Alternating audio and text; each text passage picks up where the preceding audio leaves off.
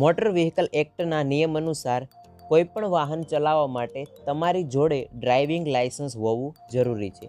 તમારા બધાની કોમેન્ટ ઉપર અને નવા નિયમ અનુસાર અભણ વ્યક્તિ કઈ રીતે ડ્રાઇવિંગ લાયસન્સ કઢાવી શકે એની સંપૂર્ણ માહિતી આ વિડીયોની અંદર કવર કરીશ. જો તમે અભણ છો અને તમે ડ્રાઇવિંગ લાયસન્સ કઢાવવા માગો છો તો આ વિડીયો ખાસ તમારે જોઈ લેવો જોઈએ. જો તમે ચેનલમાં નવા હો તો ખાસ ચેનલને સબસ્ક્રાઇબ કરી લેજો અને બેલ આઇકનને પ્રેસ કરી દેજો, જેથી કરીને મોસ્ટ પાવરફુલ વિડીયોની અપડેટ તમને મળતી. સૌથી પહેલાં અહીંયા ઓફિશિયલી વેબસાઇટ ઉપર આવી ગયા, જ્યાં ડ્રાઇવિંગ લાયસન્સના નવા નિયમો અપલોડ કરેલા છે. પ્રથમ એક વેબસાઇટ મળી જશે RTO ગુજરાત government.in કે જ્યાં ઇંગ્લિશની અંદર બધા નિયમો આપેલા છે, અને બીજી વેબસાઇટ છે એ COT ગુજરાત government.in કે જ્યાં ગુજરાતીની અંદર ડ્રાઇવિંગ લાયસન્સના નવા નિયમો આપેલા છે. દરેક વ્યક્તિને ખાસ જણાવી દઉં કે આ વેબસાઇટ ઉપર છેલ્લા 4 મહિનાથી જે નિયમોની અંદર સુધારા આવ્યા છે એ અહીંયા અપડેટ કરવામાં નથી આવ્યા. તો જૂના નિયમો અને નવા નિયમો બંનેનું કોમ્બિનેશન કરીને અભણ વ્યક્તિ કઈ રીતે લાયસન્સ કઢાવી શકે એની માહિતી તમને આપું છું. હવે ભણેલો વ્યક્તિ હોય કે અભણ વ્યક્તિ હોય, બંનેને સૌથી પહેલાં લર્નિંગ લાયસન્સ કઢાવવાનું હોય છે. હવે લર્નિંગ લાયસન્સ એટલે કે કાચું લાયસન્સ. કાચું લાયસન્સ કઢાવવા માટે તમે 2-3 પ્રકારે અરજી કરી શકો છો. સૌથી પહેલાં તમારા ગ્રામ પંચાયતની અંદરથી તમે ઓનલાઈન ફોર્મ ભરી શકો છો, અથવા તો સાયબર વડે જઈ અને તમે ફોર્મ ભરો છો.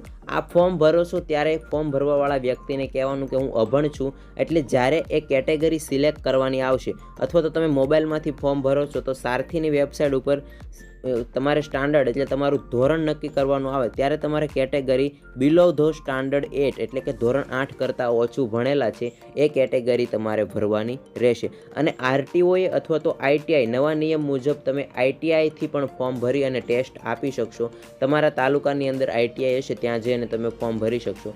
તો ત્યાં જઈ અને તમારે અરજીનું તમે ફોર્મ ભરતા હો ત્યારે તમારું ધોરણ લેવલ છે એ ધોરણ 8 કરતાં ઓછું ભણેલા છે એવું તમારે ત્યાં લખવાનું રહેશે. એટલે અભણ વ્યક્તિ છે એ ડ્રાઇવિંગ લાયસન્સ કઢાવી શકશે. હવે આ નિયમ છે એ પહેલાં એવો હતો કે હેવી લાયસન્સ કઢાવવું હોય અથવા તમારે ટ્રાન્સપોર્ટ માટેનું કોઈ લાયસન્સ કઢાવવું હોય તો ધોરણ 8 પાસ છે એ ફરજિયાત હતું.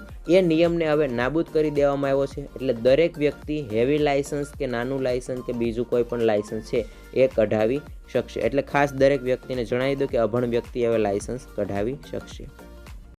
સાથે એ પણ જણાવી દો, તમારા બધા લોકોની ઘણી બધી કોમેન્ટ આવતી હતી કે 60 વર્ષ અથવા 65 વર્ષ કે 50 વર્ષ પછી ડ્રાઇવિંગ લાયસન્સ કઢાવી શકાય છે કે નહીં. તો હા, દરેક વ્યક્તિ લાયસન્સ કઢાવી શકે છે અને ફરજિયાત છે, કઢાવવાનું છે. જો તમારી ઉંમર 50 વર્ષ કે તેથી વધુ હોય તો તમારે છે એ ટ્રાન્સપોર્ટના વાહન માટે છે ને એક મેડિકલ સર્ટિફિકેટ જોઈન્ટ કરવાનું રહેશે. ફોર્મ નંબર 1 હશે એમાં મેડિકલ સર્ટિફિકેટ આપવું ફરજિયાત છે. હવે મેડિકલ સર્ટિફિકેટ એ છે કે તમે શારીરિક રીતે સ્વસ્થ છો એ બતાવવા માટે અને વાહન ચલાવવા માટે તમે વ્યવસ્થિત છો એ દર્શાવવા માટે તમારે મેડિકલ સર્ટિફિકેટ છે એ આપવાનું રહેશે. અને 50 વર્ષ કરતાં ઓછા વ્યક્તિ હોય અને નોન ટ્રાન્સપોર્ટનું વાહન ચલાવવા માગતા હોય તો એમને મેડિકલ સર્ટિફિકેટ આપવાની જરૂર નથી. એટલે વય મર્યાદા અહીંયા કોઈ લિમિટ નથી.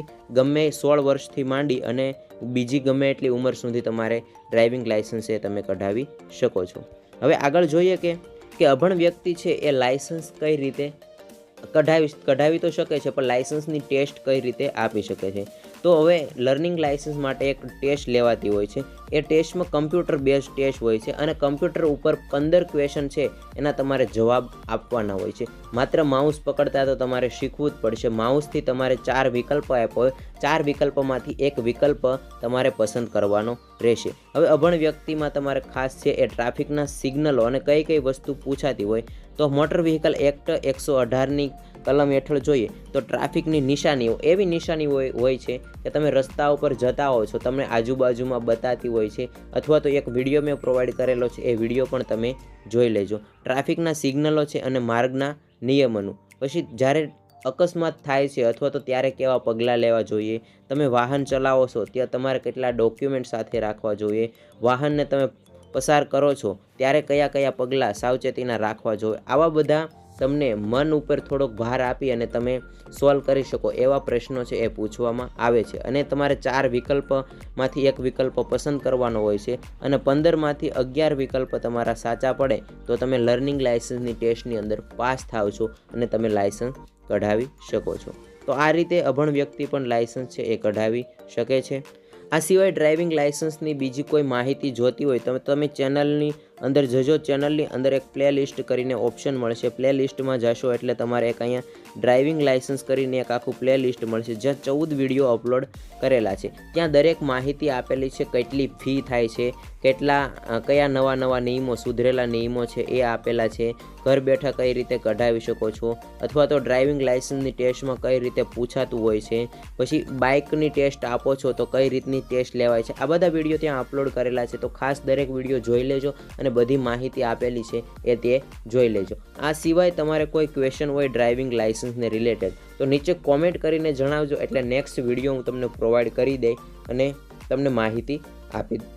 તો મળશું એક નવા વિડીયો સાથે, નવી માહિતી સાથે. ત્યાં સુધી આ વિડીયોને જેટલા અભણ વ્યક્તિઓ છે એમના સુધી શેર કરો અને દરેક અભણ વ્યક્તિ પણ હવે લાઇસન્સ કઢાવી શકશે એની માહિતી એમના સુધી પહોંચાડો. તમારા વોટ્સઅપના જેટલા ગ્રુપ હોય એમાં અને તમારા ફેસબુકમાં જેટલા ગ્રુપ હોય એમાં આ વિડીયોની લિંક અથવા વિડીયોને શેર કરો.